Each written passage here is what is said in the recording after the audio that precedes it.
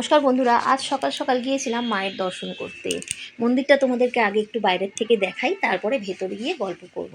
তো দেখো মন্দিরটা কত সুন্দর লাগছে, আর ঠিক মন্দিরের প্রতিচ্ছবিটা পড়ছে এই জলে। এই জলটা, এটা হচ্ছে গঙ্গা, জানো তো, আমাদের আদি গঙ্গা। মানে হচ্ছে যে গঙ্গা, মানে গঙ্গা নদীর সাথে এইটা হচ্ছে, এই পুকুরটা যুক্ত আছে। তো সারা বছরই এখানে জল থাকে, এটা কিন্তু কোনো সময় শুকোয় না, আবার জোয়ার ভাটার সময়ও কিন্তু এটাতে জলে ভর্তি হয়ে যায়। তো সবই ভগবানের লীলা। যাই হোক, মন্দিরটা তোমাদের বাইরের থেকে দেখিয়ে দিলাম। মন্দিরটা বেশ কিছুদিন বন্ধ ছিল, মানে পুরো মন্দির ভেঙে নতুন করে আবার করা হয়েছে। আর এই পুকুরটা তো বেশ বছর পাঁচেক ধরে এখানে সুন্দর করে আবার এটাকে বাঁধিয়ে, মানে একদম নিচ টিচ সমস্ত কিছু বাঁধানো হয়ে গেছে, একদম সুইমিং পুলের মতো করে বাঁধিয়ে দিয়েছে, খুব সুন্দর হয়েছে। আর মন্দিরে ঢুকতে গেলে এখানে দেখো তোমাদের কোনো অসুবিধা হবে না, একদম মন্দিরে ঢোকার মুহূর্তেই মিষ্টির দোকান আর ধূপকাঠি এসবের দোকান রয়েছে। তো ভেতরে ঢুকে আমি তোমাদেরকে একটু মায়ের দর্শন করিয়ে দিচ্ছি। হ্যাঁ, মা বাসনাকালী খুব জাগ্রত। তো যারা আসুনি তাদেরকে বলবো অবশ্যই এখানে এসে ঘুরে যেও। তো তোমাদেরকে মন্দিরটা একটু দেখিয়ে দিচ্ছি। দেখো, গত সপ্তাহে কিন্তু উদ্বোধন হয়েছে। আগে অন্য রকম ছিল, আগে বাড়ির মতো ছিল, কিন্তু এখন এটা প্রপার একটা মন্দিরের মতো, বেশ খুব ভালো সুন্দরভাবে ডেকোরেশন, মানে আর্কিটেক্টটাও বেশ অন্যরকম করেছে, ভালো লাগবে। চারিদিক দিয়ে তোমরা একদম মন্দির পরিদর্শন করতে পারবে। দেখো মাঝখানে মন্দিরটা, মা মাঝখানে বসে আছেন। এই যে দেওয়াল, এই দেওয়ালের ভেতরেই মা রয়েছে, আর এটা হচ্ছে চারিদিক, মানে তোমরা মাকে প্রদক্ষিণও করতে পারবে। তো চলো তোমাদেরকে একটুখানি আদিগঙ্গা দেখিয়ে দিই। দেখো এই জায়গায় আমাদের হচ্ছে আদিগঙ্গা। তো আগে এখানে ঠাকুর বিসর্জন হতো, কিন্তু তারপরে মন্দির, মানে এই গঙ্গাটাকে সংরক্ষণ করা হয়েছে, তার জন্য এখানে কিন্তু সমস্ত কিছু বন্ধ হয়ে গেছে।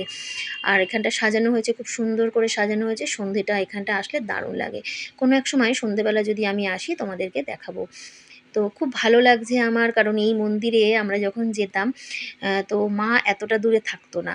মানে এই যে রাস্তা তোমাদের দেখতে পাচ্ছ, এই যে রাস্তাটা, ওই রাস্তার পাশ থেকে আমরা যখন যেতাম, জানলা থেকে মাকে উঁকি মেরে আমরা দেখে যেতাম। তো এখন পুরো চত্বরটাই চেঞ্জ করে দিয়েছে। দেখো এই যে রাস্তাটা তোমাদের দেখালাম, এই পাশ থেকে যখন আমরা যেতাম, জানলা দিয়ে উঁকি মেরে মাকে দর্শন করে যেতাম।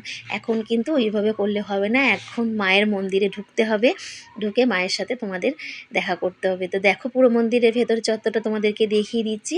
এখানে কিন্তু ভোলে মহেশ্বরকেও বসিয়ে দেওয়া হয়েছে। ভোলে মহেশ্বর কিন্তু আগে মন্দিরের ভেতরেই ছিলেন, এখন ভোলে মহেশ্বরের জন্য আলাদা জায়গা করা হয়েছে। খুব ভালো লাগছে।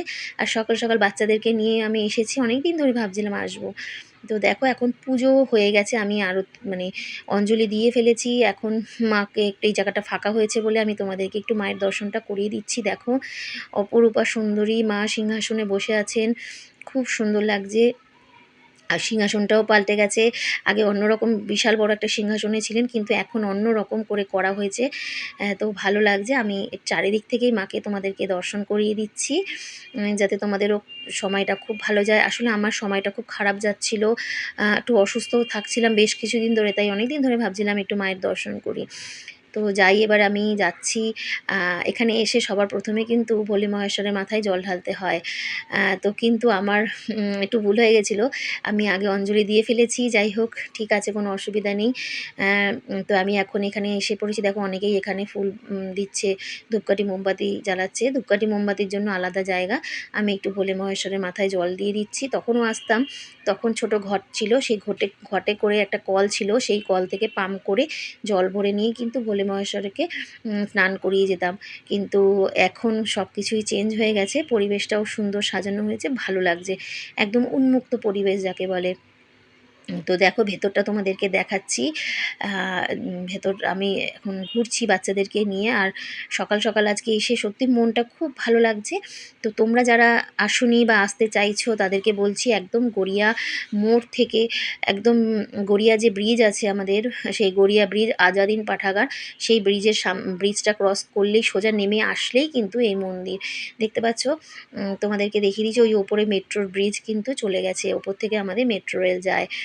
তো ভালো লাগলো তোমাদের, তাই ভাবলাম তোমাদের সাথে একটু শেয়ার করি, আর মায়ের দর্শনও তোমাদেরকে করিয়ে দিই। আর মায়ের কাছে এসে প্রার্থনা করলাম আমি যেন সুস্থ থাকি, ভালো থাকি, আমার পরিবার যেন সুস্থ থাকে, ভালো থাকে, এবং আমার সকল বন্ধু বান্ধব ভাই বোন সবাই যেন ভালো থাকে। আর সবার শেষে বলবো, মা তুমিও ভালো থেকো।